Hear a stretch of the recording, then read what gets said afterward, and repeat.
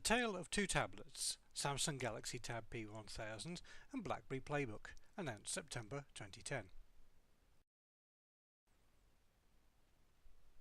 The concept of a tablet had been around for 5 years or so by September 2010, with the Nokia 770 pioneering the way with modest sales in 2005.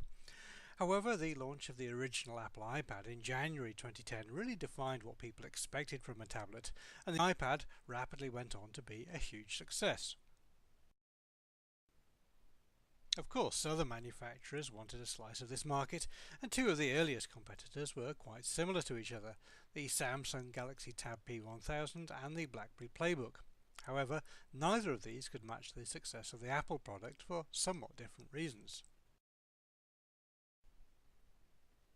Both the Galaxy Tab and the PlayBook shared similar form factors, each using a 7-inch 1024 by 600 pixel panel and coming in at about half the weight and footprint of the original iPad. Both devices were available in Wi-Fi only or eventually cellular versions, but they both ran very different operating systems. Samsung's first Android tablet, the Samsung Galaxy Tab P1000, was an Android 2.2 Froyo device, upgradable to Android 2.3 Gingerbread, which was basically just a straight port of the OS that Samsung had running on their smartphones. This version of Android met with criticism, as it wasn't really designed to run on a big screen device such as a tablet, to the extent that Google developed the tablet-only Android 3.0 Honeycomb OS that addressed many of these shortcomings.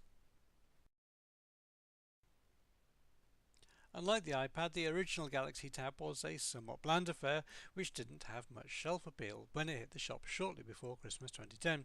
Even so, you might expect it to sell in reasonable numbers, but bizarrely it was even more expensive than the iPad to buy, and the Tab stayed firmly on the shelves until Samsung started to discount it heavily.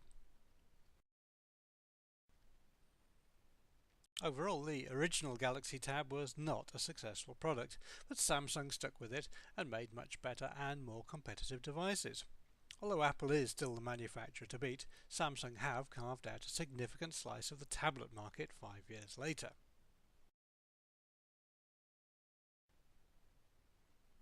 On the other hand, RIM had taken a different approach with the BlackBerry PlayBook. Although BlackBerry makers RIM were riding high with their traditional smartphones such as the Curve and Torch devices, the operating system on those was ancient and it was never going to be suitable for a tablet device.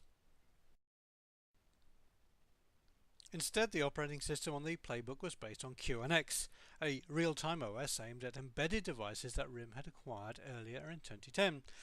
But QNX wasn't really a consumer-ready OS, and although it provided a solid platform to build on, it still meant that RIM had to create almost everything from scratch. All rival Samsung had to do was port Android. This was much harder, and it took 7 months from the product announcement until units actually shipped in the spring of 2011. But when the PlayBook finally did hit the market, it was clear that it wasn't ready. The operating system was extremely buggy, it had few applications of any real worth, and worse still, it could not integrate with BlackBerry Email, which was the one killer application that RIM did better than everyone else. Hundreds of thousands of PlayBook were shipped to the supply chain, where they remained. Take-up of the PlayBook was close to zero until RIM started to discount units very aggressively. However, PlayBooks clogged up the retail channel for years afterwards, and indeed so-called new units are still available 5 years later. Eventually, the QNX-based OS on the PlayBook was developed into BlackBerry 10, which was launched with the BlackBerry Z10 in 2013, but RIM, now just called BlackBerry Limited, had learned very little from the PlayBook, and sales channels became stuffed with Z10s that nobody wanted, leading to a $1 billion inventory write-off. BlackBerry never made another tablet, and by 2015 they were only just hanging on as a smartphone manufacturer. In fact, BlackBerry are now rumoured to be looking at moving to Android, which is really half a decade too late. Although neither the Tab P1000 nor the PlayBook were a success, the 7-inch form factor actually was. In 2012, Apple launched the iPad mini, which was much smaller and lighter than the full-sized iPad at the time. And of course there are many Android tablets on the market today, but almost all of them are much cheaper than the iPad, which seems to be what consumers actually want.